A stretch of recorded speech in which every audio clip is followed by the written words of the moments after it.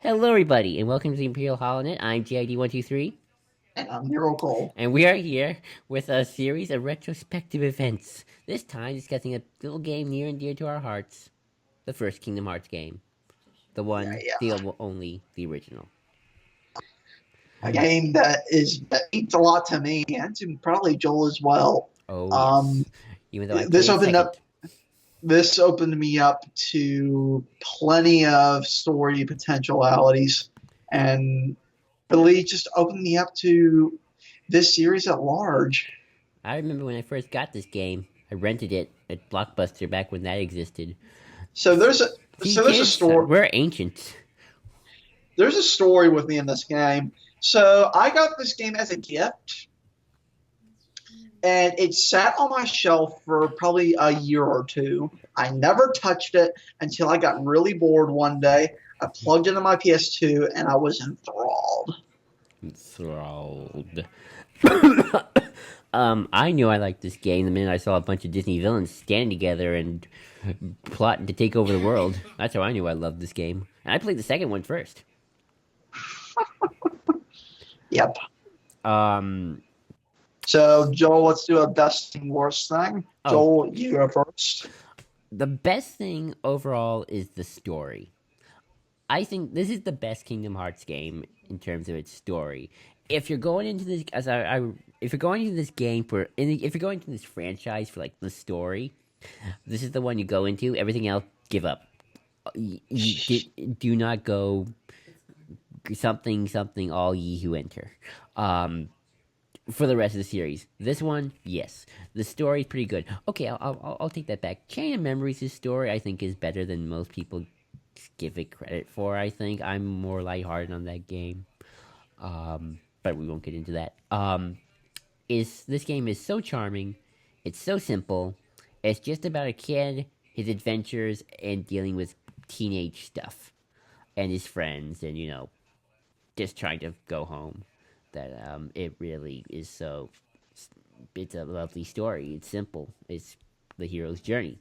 Um, the worst thing, it's gonna get controversial. The worst thing is ironically something that is the best thing of the series overall. Riku, I don't like him. I think he's an egotistical jerk.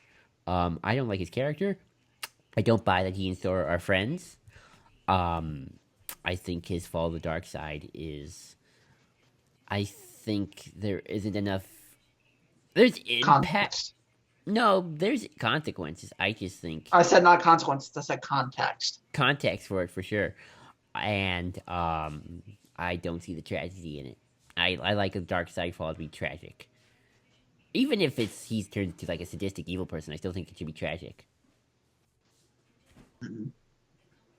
My best thing um, is something Joel and I have talked about before, and that's this game has clear and defined stakes. I know what the characters want, and I see them go out trying to achieve what they want.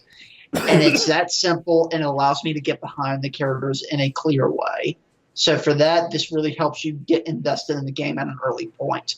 The worst thing about this game, I'd have to say, I do think Riku is very underutilized and has some problematic things with him in regards to other things that we'll get into at another point.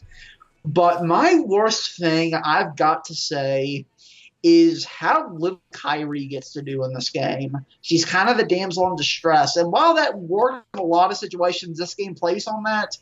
It is one glaring thing that this series still has not completely delved into enough for my taste. I think the idea, and I talked to a friend about this, is that her character, she has no character. Um, Yeah, her character traits are that she's fiery and stubborn, and that's symbolized by her hair. Apparently, Japanese hair is like yeah. symbolizes stuff. Riku's like powerful and cold, and Sora's normal and social. Um, but we see so little of her. She's a plot device. She's the MacGuffin. Yes, exactly. I think you can fix that by having more flashbacks or something. Um, apart from that, uh, that is That's all I can say about her. Um, Yeah, we'll get into more about her in a bit. But do you want to talk about why don't we just gameplay? let's talk about gameplay. This is the one that can actually join in the discussion. This game's hard. I still haven't beaten it. Oh, Joel has seen the end of the story. Don't remember. Yes, Joel has seen the end of the story. Don't worry about that. oh yeah, I watched the cutscenes. Um, Um, but it's hard and it's kind of clunky at points. It's a bit it can stiff. be. It's a bit stiff compared to the later games, but that's because it's 2001 and And to be fair, the remixes fix that to some degree, and they're a lot easier to play. But the camera in this game can be a bit wonky at times. And to use your special abilities, like the attack abilities, mm-hmm. like Ragnarok, Blitz, and all of those, Oh yeah, I remember. you have to scroll down the list of attacks or actions that you want to do and choose those, and that can get a bit odd at times. Oh, definitely, and I hate the health system in this game too. I don't know why. I just always felt that was hard. I like in the second game. I feel like I didn't die as much. The thing with this game is, at an early age, this game is accessible for its story, but it's not the most easy to get into with its gameplay. Oh yeah, the later game has the best gameplay. Huh? Oh, the later game has the best gameplay. Yes. But I like story, so that's me. Yeah. So now that's out of the way, where do we start? Where should we? I say we tackle the individual characters themselves. Want to start with our main character or save him for last? Let's save him Let's for do Kyrie last. First. Let's do Kyrie first, yeah. We dealt with this. She's not a character. She's a plot device. She's well acted. Hayden Panettiere does a fine job with her. She just doesn't get enough to do. And like Joel said, she's a MacGuffin. She's a plot device. And I think you fix that with flashbacks, honestly. If you can't have her in the present, have her in the past. Exactly. And I feel like this game could have used more flashbacks, and maybe that's just my series that I keep always boasting about kicking in. I do that a lot, flashbacks. Well, I don't know if I've seen a more attempt to do more flashbacks. That too. I don't want this to turn to Arrow. Or Once Upon a Time. So, I would say for this game, she's serviceable, I suppose. She's not complete. She's not awful. She's kind of non-existent. Pretty much. Until the later half of the game. The beginning and the end of the game is when she's relevant. Pretty much. And she's the love interest as well. Yes, which I don't know how to.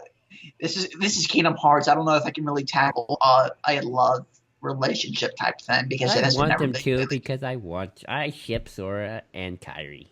Who does? Well, they're supposed to. They are there technically, Joel. They're supposed to have the happily ever after wedding.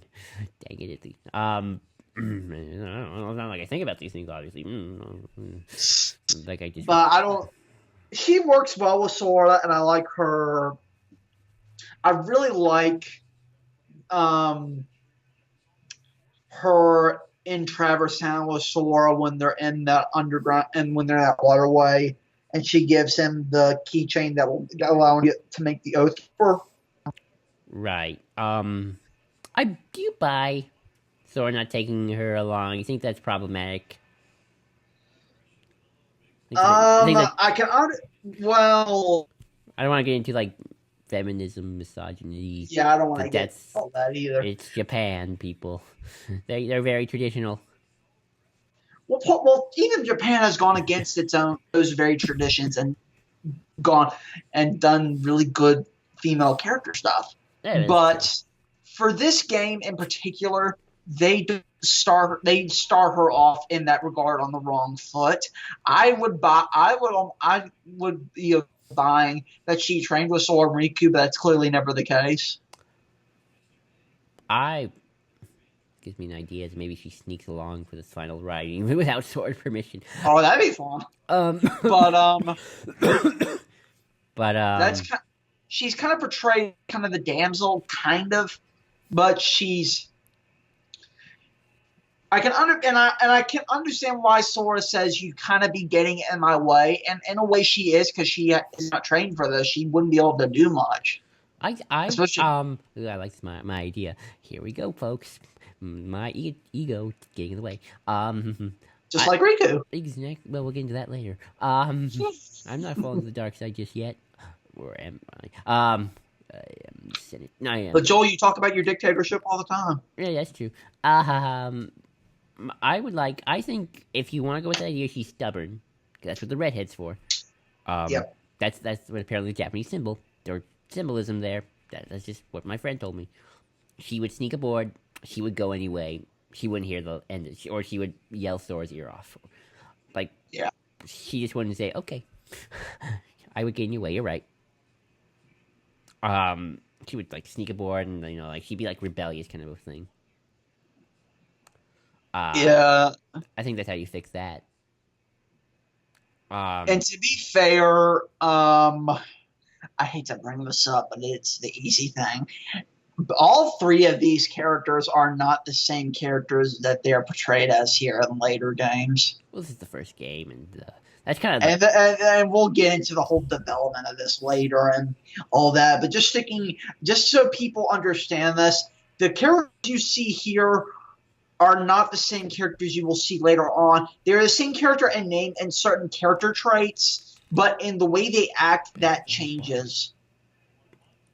um, but um, yeah, for better or for worse. Yeah, In two characters' cases, when Kyrie she's stagnant. which hopefully they'll fix in three, but that's a different story. Right. So let's get to Riku, who again very different from what again. I said he was the worst thing in this game. He's the best thing in the series right now. Yes, he is by far the best thing in the series. In this game, he is not the best thing. He is not. I don't know if this is because they don't know. They are half and half on what they want to do with him, and they just are never sure about it. I Because this is the first game, and a lot of these concepts are new and very new for this type of game. Well, I don't know they had anything planned after this. I mean, I know they left it Yeah, open, this but was even Nomura. I think said at one point he said he left something to be speculated about because he didn't know if the series would be popular enough to warrant a sequel. oh no, he did the episode 4 thing of Yeah, leave it open to a sequel, but give us a bit of a conclusion to your story. yeah, Smart move. Um, yep. One of the smart moves on his part. right. Sorry, cold. Um, Riku. The biggest problem I have with Riku, I don't buy Sora's in his friendship. I do I do right before the Kingdom Hearts title appears. I Everything after that, I have a hard time with it. Oh yeah, it's like only one cutscene. Um, Yeah, that's right. Yeah, cause like he's mean to Sora. He's bullying him. Like that's not a friend. That's a jerk. What do you just hang around? yeah. Like you just hang out with him for some reason? Like he's in the vicinity. Like To be fair, Joel, I hate to keep connecting this to the games. What we get, Sora in this game does not fight back like he does in two, I don't need him to fight back. I need to or see. at least be quippy about some of these things, like do some jabs at him or something like that. Be friend. I don't need to see quippy. Like Sora could just. Well, to be fair, I think that'd probably help. But Yeah, that's what Sora I could mean. probably take it. But be quiet about it. But I want to see like there needs to be a moment. Okay, I'm gonna reveal something about my series again. I'm sorry. Um, where Riku's acting all tough and cool when the Sora and he meet again. Because in my series, they actually do stick around for a longer time. And he's kind of giving Donald and Goofy the eye, mostly Donald. Um, and he's sort of like, I want to talk to Sora alone. Can I do that? Kind of being a little aggressive about it. And Donald's like, okay. And then he sort of like takes Sora out. They're alone. And the minute they're alone, Riku kind of just embraces Sora and grabs him and gives a big hug. Like I want something like I need something like Riku will show that sort of kindness that he has towards his friend.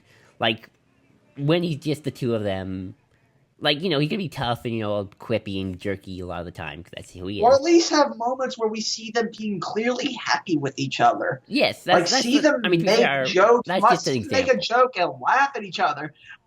More mark this. I'm gonna do something positive about Terra and then game in Birth by Sleep. At least in that game, we see them making jokes and laughing with each other, and you can tell they're friends. Oh yeah, like the way Tara just sometimes like looks advanced or like you're my like, little brother kind of a thing, or Yeah, like just that sort of like touch the shoulder, like say hey, it's gonna be fine. Like I want that. I like obviously the hugs a bit. Well, that was the extreme moment because they've been gone for like they kind of thought they were never gonna see each other again. So that was an extreme. especially when this is in a way. The whole idea of them going off world is Riku's idea, so Riku could justify it as being his fault That too. to some degree. I know some people would probably hate me for saying that, but No, it is his in fault. a lot of ways, him going to the darkness was his fault.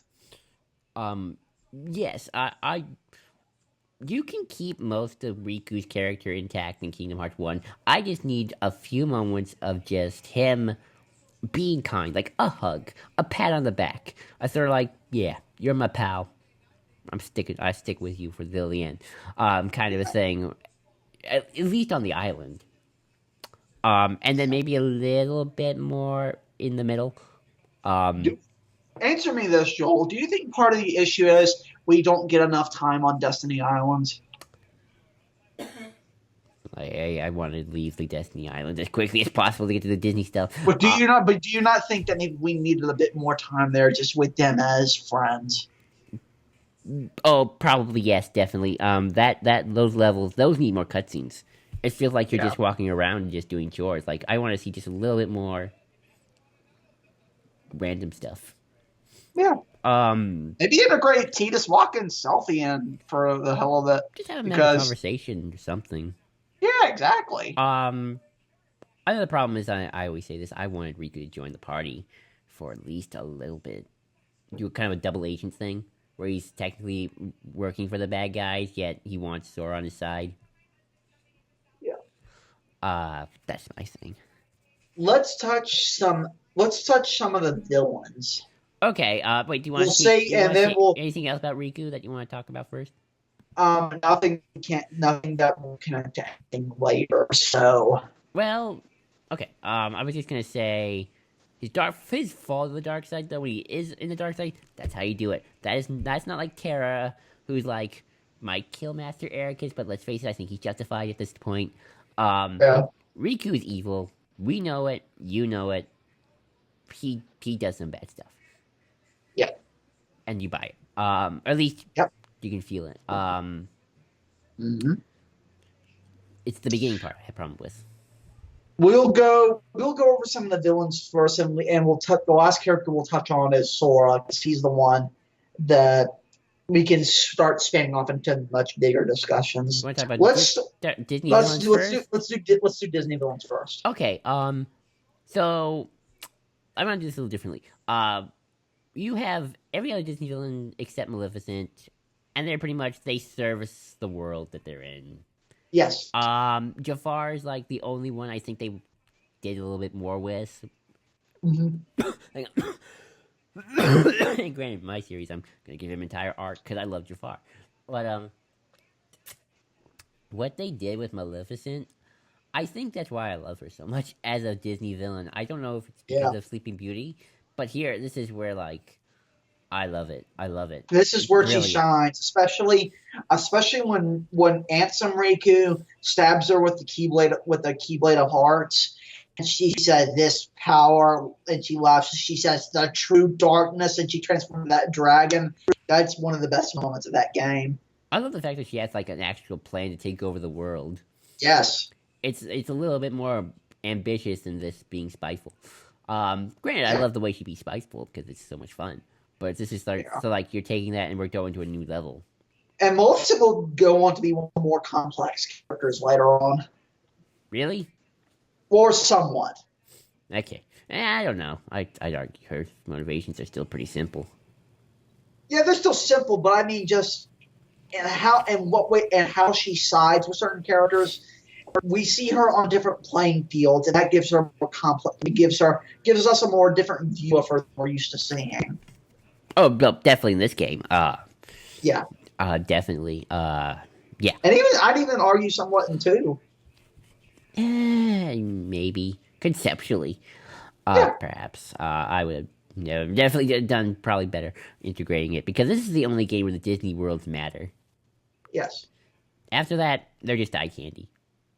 I will to even though Joel does say that I have to point something out, and this is a bit of a flaw in the game overall.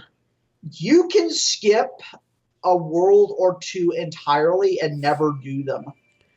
No, you're right. You're right. You pick you get Monstro, and then you pick either a Halloween Town or Atlantica. So you can either completely miss Ursula or completely miss Oogie Boogie. Yeah, those worlds were not the best integrated. No, But and especially Atlantica. I would say Nightmare Before Christmas too. I think they're both bad, not as well integrated. Well, Atlantica. For any of you who don't know, Atlantica had. I think Atlantica could have been something, and that's only because King Triton knows about the Keyblade, and I wish they tackle that. Like I want to know why. The other thing too, for any of you who don't know about the development of Kingdom Hearts, originally Ariel was going to be a Princess of Heart, but due to some sort of time constraints, that plan was scrapped and Alice was made up a Princess of Heart. Still weird. Okay, but yeah, okay. Deep Jungle you can skip too, and the Olympus Coliseum. What? You can also skip Deep Jungle and Olympus Coliseum. No, you can't. Well, you can't. No, you can. Well, you can't skip Deep Jungle. You can. You can skip Olympus. Yes. You cannot skip Deep Jungle because the only way you get to Agrabah, you have to go to Wonderland and Deep Jungle to get the Navigate pieces for the gummy ship. You have to do Deep Jungle. Oh yeah, that's right. At least well, the way the Deep Jungle story set up, I think it's filler. Yeah. I you could argue it does a decent. Then just have the Navi computer be in Wonderland at the same time. Maybe. That's what I the think. Navi. I might be one of the few. I actually kind of like Deep Jungle in the original game because I like the idea of introducing how people can lose hearts, and that kind of be our introduction to that in Deep Jungle. I suppose I don't know. Maybe it's just because I'm writing in my series. And I just could never figure it out how they would do it. How the people lose hearts, so I kind of skipped it. The manga skips it too, by the way. The manga just goes straight to back to Traverse Town after Wonderland. Huh. I don't know. That's just me. But the fact that some of the worlds can be skipped, and to be fair, 2 does this too. Two of the worlds are pointless. Yeah, but that's not here nor there. So the Disney villains overall, they also, I'd say, have a charm to them. They're Disney villains, of course they are. They walk, they strut their stuff, they do their thing, and they're ham it up. Exactly. And Maleficent hams it up pretty well here. I just think it's hilarious watching them and sort of like Disney villains interacting with anime characters. Yeah, you have anime children, and it works. You might not think it would, but it really works. Oh yeah, it's bizarre how just. I think whether or not it does it well, it works. Maybe not on a logical sense, but just on a fun specter. Yeah. And I love it for that. And that's why we love this game. I think that's the main reason people love the Kingdom Hearts franchise. Yeah. Agrabah is one of the best integrated worlds. Neverland is too. That too. Neverland, Monstro, and Agrabah. Yeah. Wonderland is sort of that middle ground. Yeah. Yeah. Let's talk about Ansem. Yeah, let's talk about Ansem. He's a character. No, he's a character. For me, I feel like he's a character that it's really hard to talk about him without looking back and looking forward now. Yeah, we'll talk about him very lightly here. What I'll say about him overall, number one, I love Billy Zane's performance as him. He does a phenomenal job. He carries presence with him in this role, and it's sad that we never got him back for the other games. My biggest complaint with Anthem is I feel like his presence isn't enough. Through the game, yes. He just shows up at the beginning, he shows up in the end. Where's the Yeah. middle? I need a little more in the middle. I feel like it's sort of like the Disney villains take over, which they should, but I feel like we never deal with him again. Yeah, and I think that's more of the Nomura side and those people trying to integrate that little part that they know into it more. And it worked when it's there, but other than that, it's not in the game very much. I will say when he is there, I really enjoy him being there because the beginning scene where where he talks to Sora and the very famous line, the famous lines he utters in these scenes, one who knows nothing can understand nothing, and the darkness consumes the heart and I whatever. wish that was Xehanort's mantra. Huh? I wish that was his mantra throughout the entire series. Yeah. It's sort of like you get a good connection there. Like, oh, you said the line. You said the line. So I love all of that, and part of that too might be just how Zane performs it. Maybe. Because I will say later on, I like Richard Ecker in the role later, but he's nowhere near close to what Billy Zane portrayed. Yeah. I don't know anything about voice actors, so want to talk about the Final Fantasy characters before we get to the big one? Anything you have in particular to say? I kind of wish they were integrated a bit more in the story. They're serviceable. I like Squall in this. That's Leon. Others. I like Leon. I'm used to calling him Squall. Sorry. I like Cloud kind of. I like what Cloud does in this game more so than I like in the other games. Because in the other games, I think he's just there to make his required cameo. I'm Cloud. I'm here to make my required cameo because I'm the star of the Final Fantasy series, or at least the Well, icon. at least Final Fantasy VII. Right. I like them. I wish they were better integrated. I do too. I think the manga actually does a better job of integrating them without having them leave the world. Because in the manga, those guys are always in communication with Sora through the gummy ship. Nice. Read the manga; it's really good. Really helps with the character stuff for the most part. Still some problems. Let's talk about the Disney characters just a little bit. One other thing I gotta throw this out because I think it's hilarious. Sephiroth has been one of the most beloved villains in the Final Fantasy series, especially when he appears in Final Fantasy VII. The fact that man is voiced by Lance Bass of NSYNC always made me chuckle to this day. I'm glad he's not voiced by him in the later games. I didn't even know he talked in the game. So yeah, when you fight him at Olympus Coliseum, you hear him. Oh, cool. What was I going to say? Disney characters are Donald and Goofy, I suppose. We can talk about the other ones, I guess, but let's just focus on those two. They're fun. They're fun, and I'm going to touch on something that might be controversial to some people, but I think it's important to touch out. Okay. I buy what they do in Hollow Bastion. No, I buy that too. I can understand some people being a bit on the fence about that. Here's my thing. From what we're to understand, they've been devoted to King Mickey for a long time. No, I think that comes through. I think that comes through.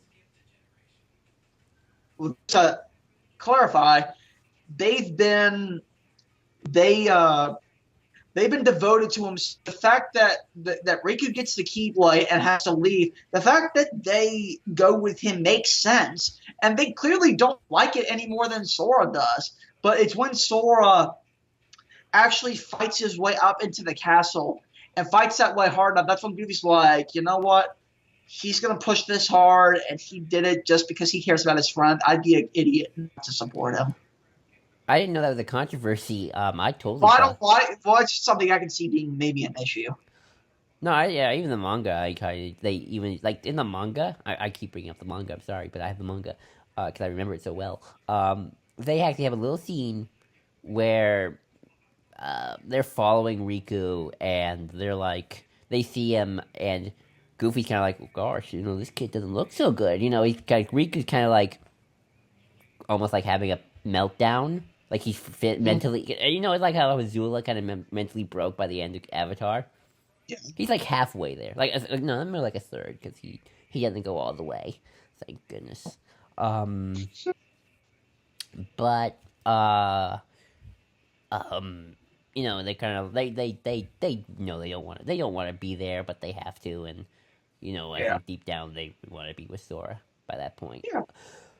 um, And I buy their friendship throughout the game. Mainly, that's because of the battles you do with them. No matter how many battles, what battles you do with certain characters, the battles you fight with in the character in the game, you tend to form some sort of bond with. yeah. I So love the I Beast will in say this I hate game. Donald because he will not freaking heal me. That's on a gameplay level, not a story level. I love the Beast. Yes, I love what they do with the Beast. what they do with him is great, and he ties into the greater themes of this game, the heart and all its workings. Oh yeah, brilliant, Yeah, beautiful. it's really good. Um, okay, let's see if there's anybody else before we can move on to the big man, the head honcho, the man. Well, wait. What about Mickeymous? The king. Ooh, oh yeah. We'd be stupid if we didn't talk about him. Interesting development thing.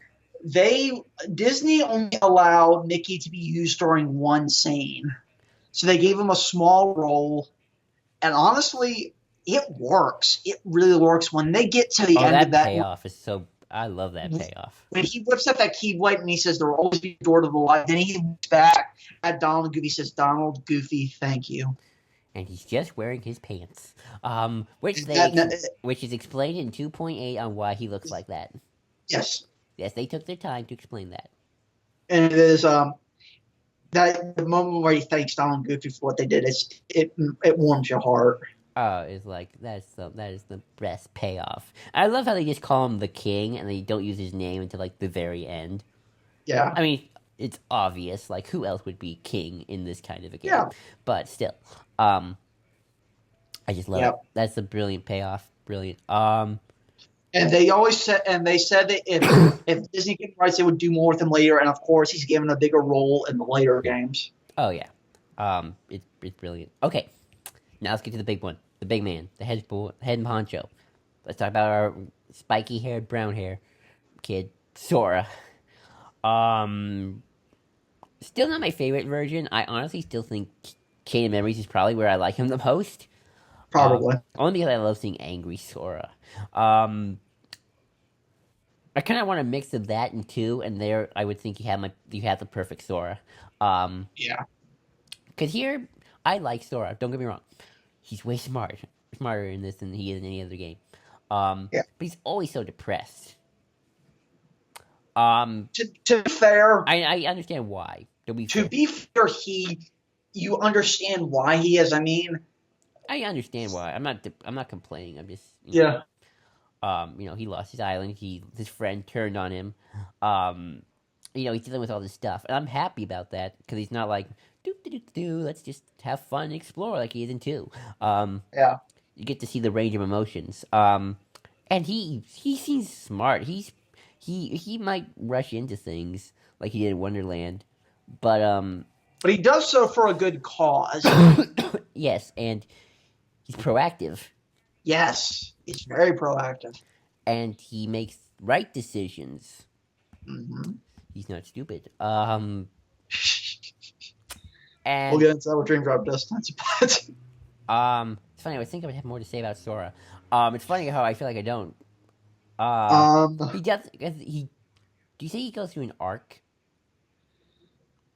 yes, especially because I think it's defined through the destruction of his island, learning about the world's heart, and then learning about other people's hearts. especially, and you see that go from Hollow Bastion to back to Traverse Town, especially when he realizes that our hearts are connected, and that he says, "My friends are my power," which is a very big shonen tradition in a lot of things, and in Japanese tradition. That's true. I'm just saying, in terms of like major change to personality. I mean, I guess he becomes wiser. He does become wiser. And by the end of the game, especially the after credits scene where Goofy, and Donald run off after Pluto, he's clearly a much more cheery character. Oh, that's definitely true, and I like that. I think I like cheerful Sora more because I kind of like Sora, the internal optimist kind of a Yeah, thing, which he is in two. But I want that mixed with the more proactive smartness of one in Chain of Memories. yeah. And I think they were going with that in Chain of Memories, and then two kind of went the other way. Um, Once you start down the dumb path forever, it will dominate your destiny. Well, to be fair, this man has not been in school for like 3 years, so. Oh, that is true. That is true. There's been fan fiction about that, where he like has to go back to school and realize, oh, If I have to touch on this because Joel and I have never touched I on missed this, basic math. but the fact that these children just outright abandoned their parents, and the fact that that's never brought up again is hilarious. I try to deal with that with my series to a certain degree. I always have I mean, Sora mention like his family. like we never deal with the fact that, oh hey, my mother, I've been gone from home for a few years. My mother probably thinks I'm the worst son ever because I just outright abandoned her. It's funny how But you fan fiction does deal with that too. and you have to wonder into what the conversation with Sora and his mother was like when he just walks in there. She sees him. What do you think her reaction is going to be when she sees her long lost son? Fan fiction has dealt with that in many interesting ways. I'll say that. Um, yeah, it's I like mean, it's worse. that's It's worse than Luke Skywalker never mentioning Uncle Owen and Aunt Beru ever again. exactly because at least Sora and Riku's and Kyrie's parents are still alive. Exactly. They're pretty, even for kids, they're pretty morally wrong on that in that regard. Don't you think they're kind of morally wrong just from the get go? Like, hey, I remember I was listening to a 3 hour lecture, and he pretty much defined Sora, Riku, and Kyrie's whole goal as to heck with homework. Let's just go out and adventure.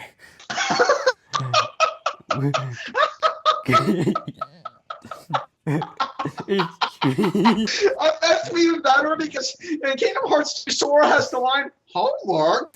Exactly. Also, like homework. What's that? He also to go back to Ansem for a second. That same guy also pretty much boiled it down to, since Ansem is an evil scientist, that the entire moral lesson of Kingdom Hearts is science is evil.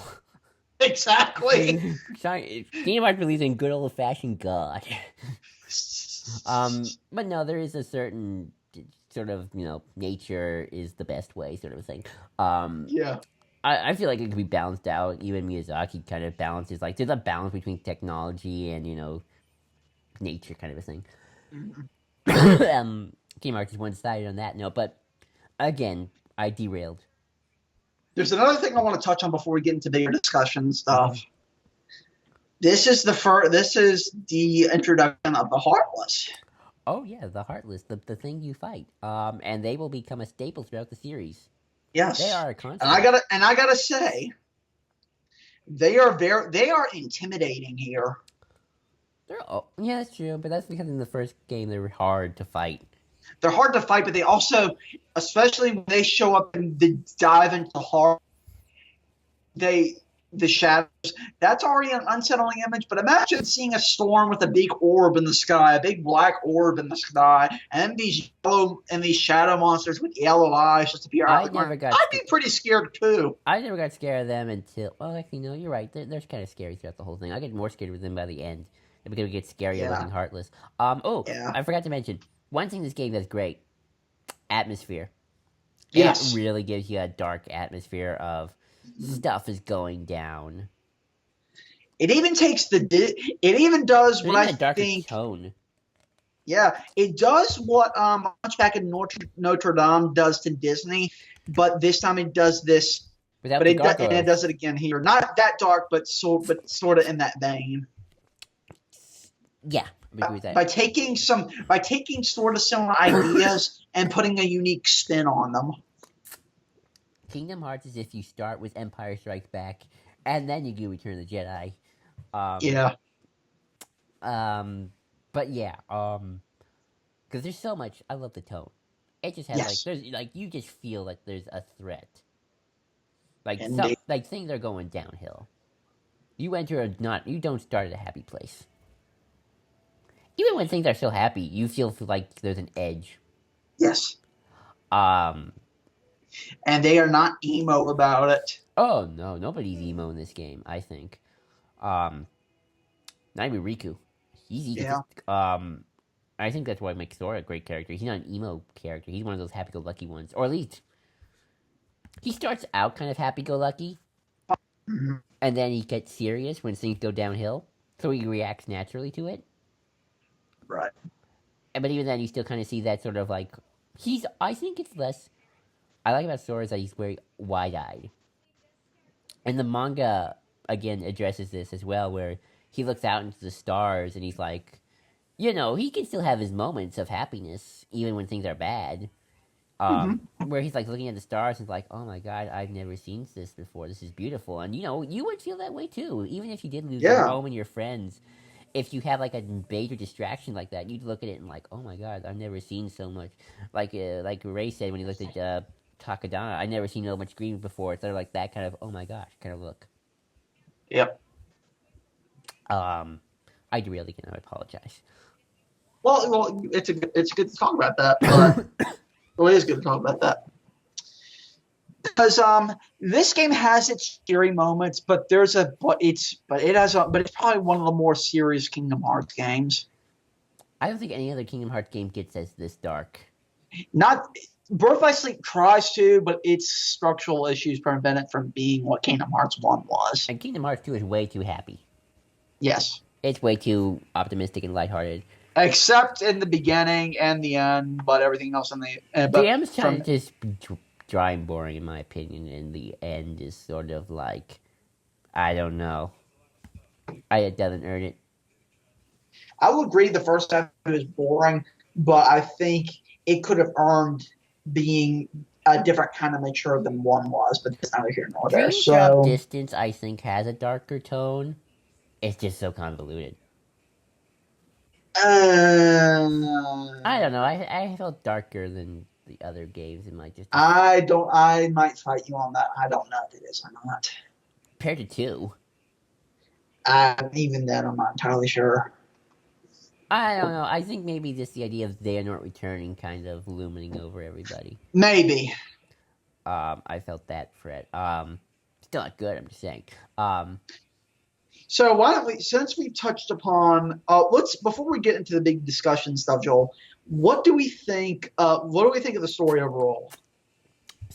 simple and clean is the way that you. Sorry. Thank you. Now you did it right. Um, I, the lecture guy kept breaking into that song every 5 minutes. It was hilarious. Um, Yeah. but yes, the story is simple, and I like it for that. It doesn't get bogged down in the lore. It introduces the world in a way. It's not exposition, exposition, exposition. It's it does what the original Star Wars did. It shows us the world through the eyes of the characters. When we learn about the Jedi the way Luke does, Obi-Wan tells him. Um, we learn about we learn about. I'm sorry, I was about to start to explain Star Wars for a minute. We learn about the Kingdom Hearts universe through Sora's eyes. We see it, people explain it, but we go through it. It's structured in a way where there's a story around it. Because I'm always about story. Like, I feel like you can have the best world, but if you don't have good characters and a story for it, what's the point? But also, Yep. but it's a symbiotic relationship of the world does create the characters, but the characters also have to be affected by the world. Exactly. And you can't have one without the other. And I feel like Kingdom Hearts 1 did a good job of balancing that for the most part, while the others focus more on the lore and over explain. Right. Um, So, what about you, Cole? I agree with everything you said. Like I said, there's certain things that you could be iffy It's about, not but for the most, flawless. it's definitely not flawless. Definitely the inclusion of some of the worlds and the fact that you can skip some entirely, it does detriment it a little bit, especially in the Disney's overarching plan. That gets problematic, and the fact that Even in the manga, sadly, Atlantica still feels pointless. yeah, and even at the end, um, Ansem's plan, it makes sense. Part of the problem, and this I've always said this, especially nowadays, I need to the thing this game needed to tell me, at least give me more of an idea of, is what Kingdom Hearts is. What the entity of Kingdom Hearts is. I know it's the heart of all worlds, And but even what Maleficent does says that something about within lies untold wisdom. so I have a hard so the conceit that the MacGuffin that gets us happening these events, I don't fully understand, and I really need to. I feel like the first game I can give it a pass. Yeah, Um, but going forward, I oh need to no. know something. Okay, here's the weird thing. I was watching this guy, the same guy, who's like going really in depth with Kingdom Hearts, and he brought up something that Nomura said. The only time we see the real Kingdom Hearts is in Birth by Sleep. That is the real Kingdom Hearts, the blue heart. Yeah. Because the Kingdom Hearts we see in two in one is not Kingdom Hearts. It's like an artificial thing. Well, will they explain what we see in one is? It's apparently the heart of Made of the Destroyed Worlds, Something like that. and There is it's an explanation, but like I said, retcons happen in Kingdom Hearts, and they are not the most clean retcons, um but they are still a thing. the So, way I would have done it is that I think I might do this, and I'm curious to hear what you think, Cole. Is the nobody and the heartless have Xehanort's memories, and they kind of know what to like. The way I would play it is that they kind of know what to do. They know what the original plan is to a certain extent, but mhm. I feel like they have either wrong memories or they misremember, and so each of them kind of goes in their own direction. Oh, that would be cool.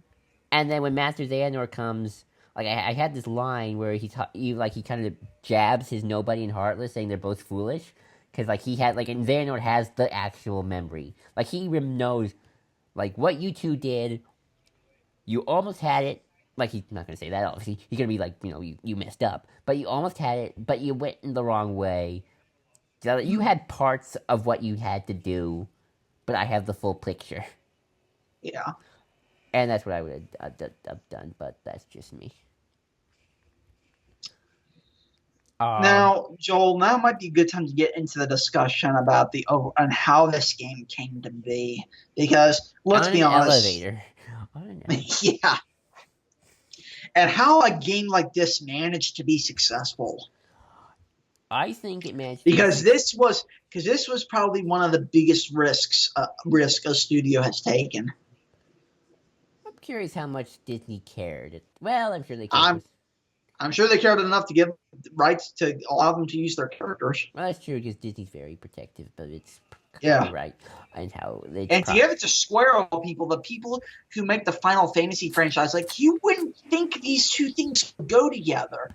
You think they'd be hacking and slashing a Disney character to have their head chopped off, and Mickey would be emo, and so sorry. Well, he kind of does get a bit BA in Kingdom Hearts 2, too, but that's the story. I'm surprised they allowed that much. This Um, game, Joel and I had this from when we met each other. We have said no one knew what this game was going to do. it's sort of like it is the Star Wars of its time. Yeah. Well, maybe not to as the biggest success as Star Wars. Mm-hmm. Well, it was kind of successful in the early days. Yeah. I think after 2, it's sort of like that's when it dropped because of all the spin offs. And nobody. Well, you would think I would say it's been decently successful. Probably not as successful as one and two. I don't know. 1 and 2 were. Part of the problem is with later games, they kept moving systems. Oh yeah, that's when things dropped off and only hardcore fans stuck around. I mean, and this is saying a lot about me. I've played all the games except for I've played all the games. Oh, So, yeah, I haven't. I've watched all the stories. I've kept up with the lore. so I've kept up with it, but it hasn't been easy because you have to go through new consoles in order to play some of this stuff. Oh, definitely. So I'm going to say this, Cole. You know how much I complain about Once Upon a Time, right? Yes.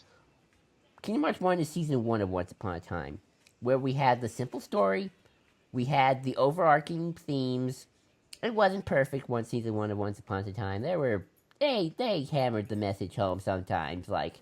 You Mm-hmm. know, they would just spell out the theme. This is the theme of the episode in Yeah. the story. They did that in Kingdom Hearts. But it was charming characters. It had a charm. It was like It's like modernizing fairy tales, and we still doing our own thing. it's like I said in the Lilo and Stitch commentary that Joel and I did, that yes, they hammer it home, but that doesn't mean it doesn't work. Wow. Huh? Oh, yeah, exactly. So now, if it doesn't work, yeah, that would be problematic. And if you were constantly hit over the head, that's a problem. And Kingdom Hearts 2 does that to certain degrees, but other than that, it allows some breathing room. The other games, not much. Pretty much.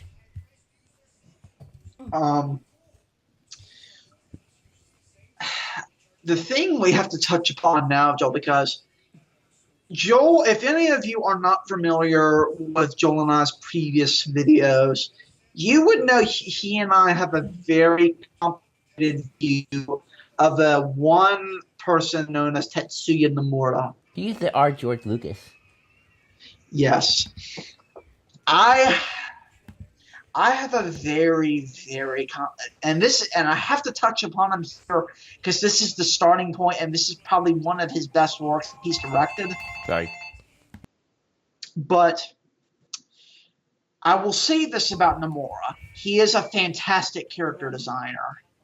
He is a very, very good character designer.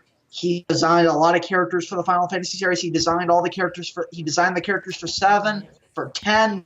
He designed the characters for 10, one of my all-time favorite games. I can't completely hate the guy.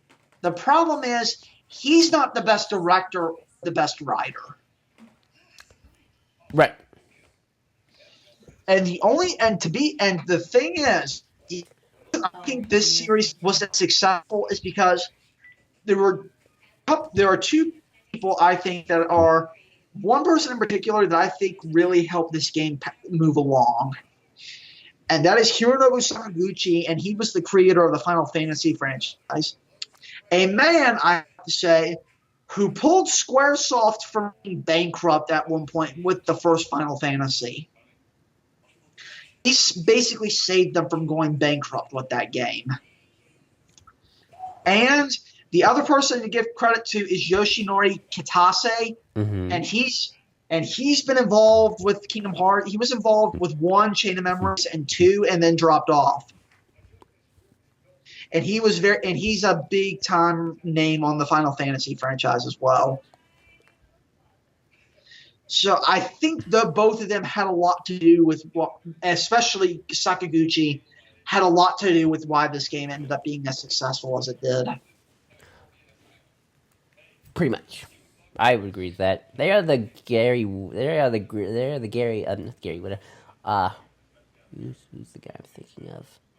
Gary Kurtz. They are the Gary Kurtz and maybe Lawrence Kasdan. Well, of course, Kasdan was the actual writer of this series. Mm-hmm. It's and something, and people can speculate all you want on why Sakaguchi didn't stay on as executive producer. He has said in interviews before that he despises sequels. He hates them. That's why most of the other Final Fantasies never had sequels under him. He believed every story should be single and tell their story within a contained one and done story. That's a very extreme view and not always true, but it's an interesting view nonetheless. But I'm getting off track. But I think Joel and I can see some of Nomura's antics at play here. Pretty much, yeah. Um, and I'm gonna say I don't. And people might think we outright hate Nomura. I don't hate Nomura. Joel. Oh, me neither. Um, he's like George Lucas. Yeah. This is the best way I can say it. Yep. Um, yep. And the last thing I think we should touch on, Joel, is what you said previously is this game gets really detached the further the Kingdom Hearts series goes. Oh yeah. Uh, this game gets its lore gets retconned all over the place. Yeah. Um, It gets stuff added to it. It gets stuff changed about it. There's it gets hard. It sometimes it gets hard to follow because of all the stuff that's being added and changed. right. Um, I'm losing my train of thought here. Uh, it's late. Um, but yeah, it really loses. Characters are different. Some for better, some for worse. Some for And nothing. like I said, it's hard. It was hard to talk about these characters in the game without relating them to the others because the evolution of these characters they retain certain traits, but they're very very different. Or they make stories stupid. Ah, and the whole Disney meets Final Fantasy thing is completely dropped. And Kingdom Hearts, I'm not against Kingdom Hearts becoming its own thing, but I feel like you still need to balance the Disney thing. If you're gonna have Disney worlds, make it part of the lore. Yeah, Otherwise, why are we going to these different Disney worlds? Let's just make stuff up. yeah. Um, part of that I say this might be in Nomura, Mm-hmm. Probably. I think it's all on the more at this point. and people might disagree with us. If you disagree with us on that, let us think. Well, why do you think this game? It's alternate universe. Yeah. Yeah, what Cole said. I'm It's sorry. um we'll Joel and I are getting ready to record another thing, which be on the lookout for about. And after we did this one, I said to Joel, you know what we need to do? We need to do speculation on Kingdom Hearts 3 and what the future of this series is going to be. Especially with Joel and I have said all kinds of negative things about these games. There's a bunch of stuff I personally don't like about them. That I being like said, everything conceptually except for the I Fun Dream Drop distance with the time travel. exactly. I Honestly, the agree. only thing I don't like is the time travel. Everything else I'm fine with. Exactly. But most of it is execution. I still love this series, and I want it to be successful. They've really made that harder for themselves. Uh, yeah, pretty much. Okay, let's not end on a downer. Let's try and go. Let's do one more positive. Oh, there's one other thing we have to talk about. Okay. The soundtrack in this is brilliant. Oh yeah, yeah, it's beautiful. Yoko Shimomura is great, and she's been great all across every Kingdom Hearts game. What is it with these The franchises always keeping the musician around, but never the writers? Yeah, mostly. Mm-hmm. The theme that sticks in my mind, the Hollow Bastion theme is really good. Also, the theme where they close the door, where they close the door to Kingdom Hearts, the darkness. That theme that plays when Sora runs off to Kyrie, and Donald starts to walk off, but Goofy stops him, and they both make that really, really heartbreaking face. Oh yeah. That song, the music there is really good too. Oh yeah. And the music across the screen does scream some Disney. Shimomura does a great job at making the soundtrack sound very Disney-esque. Oh yeah, definitely. That's all I can really say about the first Kingdom Hearts game. Favorite world's Agrabah. Least favorite world is probably I don't know. I don't want to say Atlantica. I want to say I didn't like New Jungle. I didn't like it. I like the end I'll cutscene, but I didn't like the world. I'll say Atlantica is my least favorite. My favorite, I'll go with Neverland. Cool. Um, and I guess with that, folks, is that all we would have to say? Final That's all I got to thoughts. say. Yep. This game's great. Go play it. You can get it on the PS4 now. Yeah. Play this game first. If you want to get Yeah. into Kingdom Hearts. And with that, that's it for another series of retrospective events. Be on the lookout for that Kingdom Hearts 3 discussion, and also be on the lookout for Kingdom Hearts character discussions, where we can really delve in Yeah. to the characters that were set up here. Until next time, I'm GID123, And I'm Nero Cole telling you, my friends are my power. and I'm theirs. Good night. Good night.